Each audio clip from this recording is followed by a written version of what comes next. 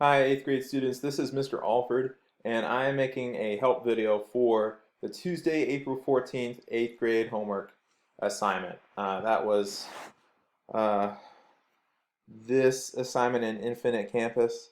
Um, so let's see. Okay, question one about how much did the heaviest grape pumpkin weigh? So this question, most of you got it right. Just a few of you missed it actually, so I'm just going to go over it real quick. So when you go over this problem, you're thinking, okay, I want to figure out how much the heaviest grape pumpkin weighs. So here's a graph about weights of giant pumpkins. Really important, you guys, whenever you see a graph, um, please make sure you understand what the x-axis is talking about and what the y-axis is talking about. Okay, x-axis is talking about the year, and y-axis is talking about the weight in pounds. So the weight of the pumpkin in pounds, okay? So the heaviest grape pumpkin, okay, well that means that's talking about the y-axis, and heaviest means, okay, 1,000, 1,100, 1,200, 1,300, 1,400. So what's the heaviest one? What's the pumpkin with the biggest weight? Okay, what's the one with the biggest Y value? Well, that's got to be this one, the one that's highest up. Okay, this pumpkin. About how much did it weigh? So how many pounds? Okay, pounds is still talking about your Y value.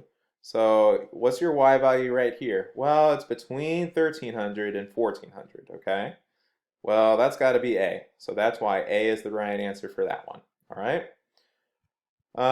Let's see. I wanted to talk about number three. Okay, number three.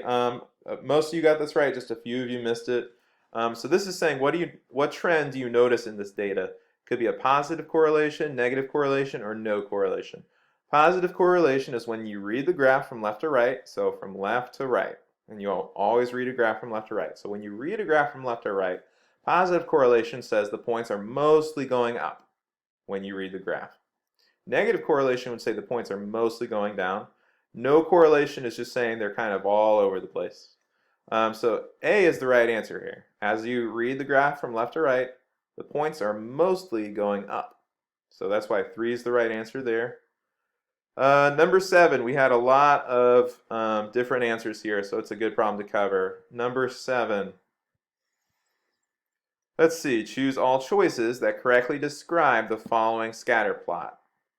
Some of you chose positive linear correlation. Some of you chose negative correlation. Most of you correctly chose no correlation. Let's see. Yeah, these points are just, if you look closely, these points, positive correlation would mean the points as you go to the right are mostly going up. Negative correlation would mean they're mostly going down. No correlation means they're just all over the place. These points are just all over the place, so we say no correlation. What else? A lot of you said clusters, and more of you said no clusters. So no clusters is the right choice here. This graph, we want to choose no clusters. The reason why is a cluster would mean that all the points are like really close together. I mean, these points, all of them are pretty much just spaced out. If you had like 100 points right in here, if you had 100, if you had like 10, 5 points, like way in this tiny little space right here, I mean, that would be something. But all these points are pretty spread out, so that's called no clusters. And then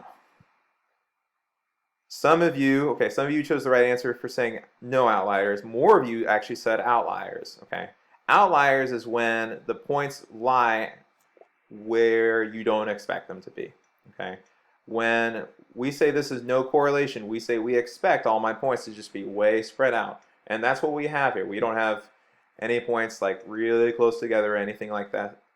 We don't have, so when we have no correlation like this, all the points are spread out. So we say there are no outliers. There are no points lying outside of where we expect. We have no points not really spread out. So that one was a no outliers. I want to go over question 10.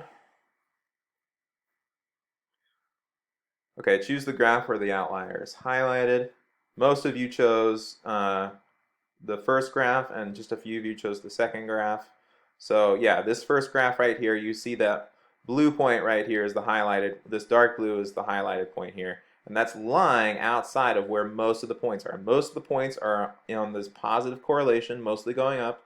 So again, we expect as this graph goes to the right, it mostly goes up. But then there's this one point way out here where we expect it. It's not near any of the other points. It's not higher up on the graph like we expect. So this is where this graph has the outlier. This is where the outlier is highlighted.